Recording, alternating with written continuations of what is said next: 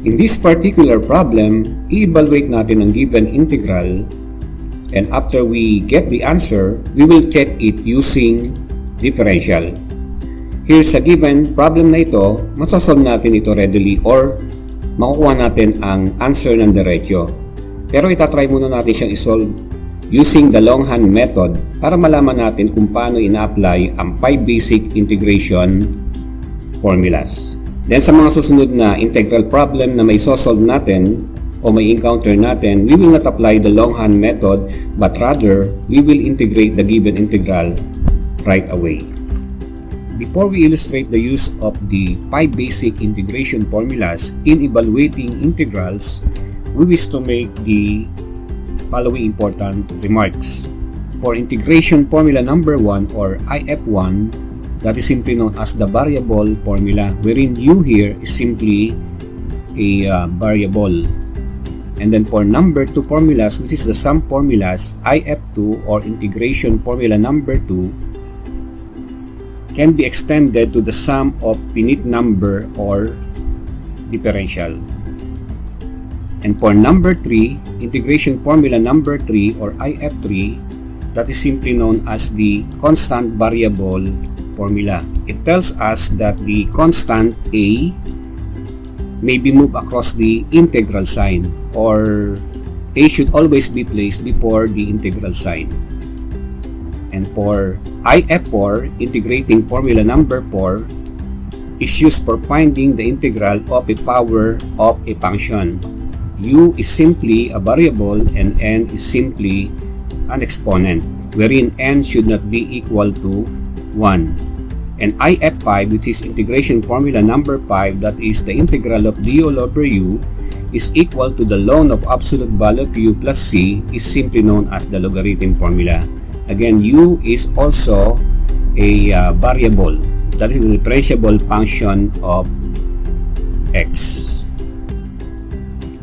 Moving on, kapag inanalyze natin ang given integral 3x squared plus 7x minus 8 dx, ito ang simpleng integral na madaling evaluate since we can get the answer directly.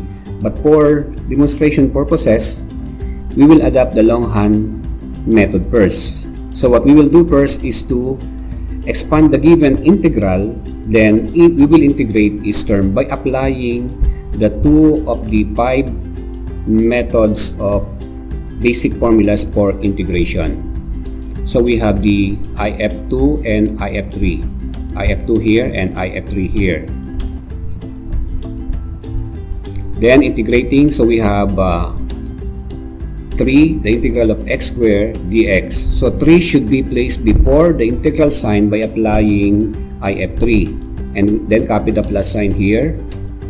And then multiply. So we have 7, the integral of x dx. So we can also apply again the IF3. 7 should be placed before the integral sign. And then we have the last term, negative. So we have negative 8, the integral of the x. Integrating each term, so we have the integral of 3. So we have the quantity of x cubed all over 3. So we can apply the formula number 4 here, since 2 here is simply an exponent.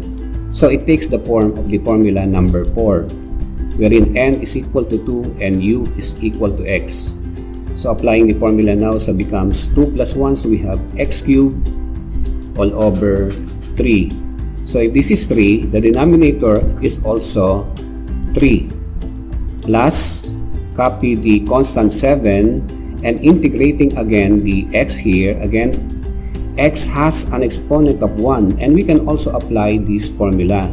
So we have 1 plus 1, so we have x squared all over 2. So whatever be the exponent here, the same value in the denominator also. So we have minus 8.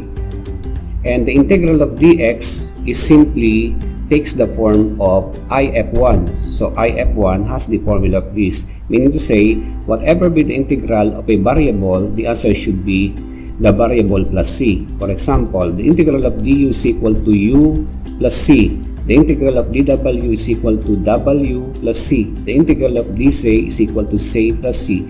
Therefore, the integral of dx is equal to x. Okay? And then, just copy the plus c. And then simplifying the new equation now, so we have equal, so we can cancel 3 and 3 here. So what will happen then, this becomes what? This becomes x cubed. And then 7x squared divided by 2, it happens to be the same as 7x squared all over 2. Then and negative 8 times x, so we have negative 8x plus c. So then therefore, this is the final answer for the problem number 1. Now, since meron na tayong answer in this particular problem, which is x cubed plus 7x squared minus 8x plus c, we will now check the resulting answer using the differential.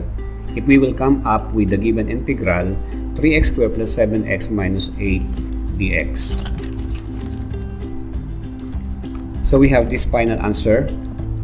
And we will let the final answer x cubed plus 7x squared all over 2 minus 8x plus c equal to y.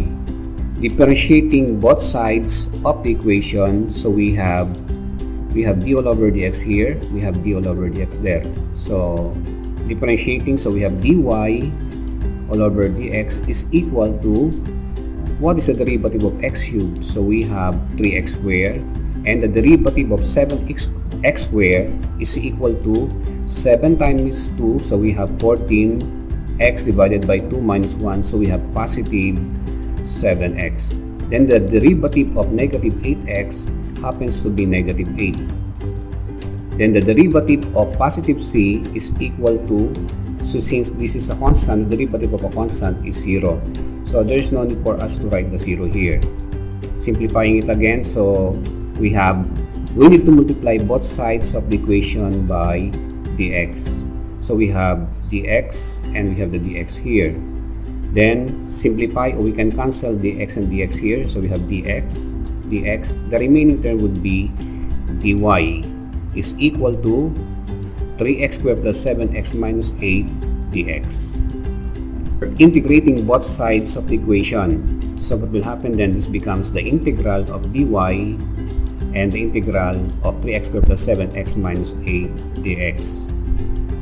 Simplifying, we have the integral of dy takes the form of the integral of du is equal to u plus c. So then therefore, the integral of dy is equal to y is equal to the right hand member of the equation happen to be the same as that. And this is the final answer. Now if we take a look at the answer, okay, this is the same as the given. So then therefore, we can say then that this problem can be checked using the differential.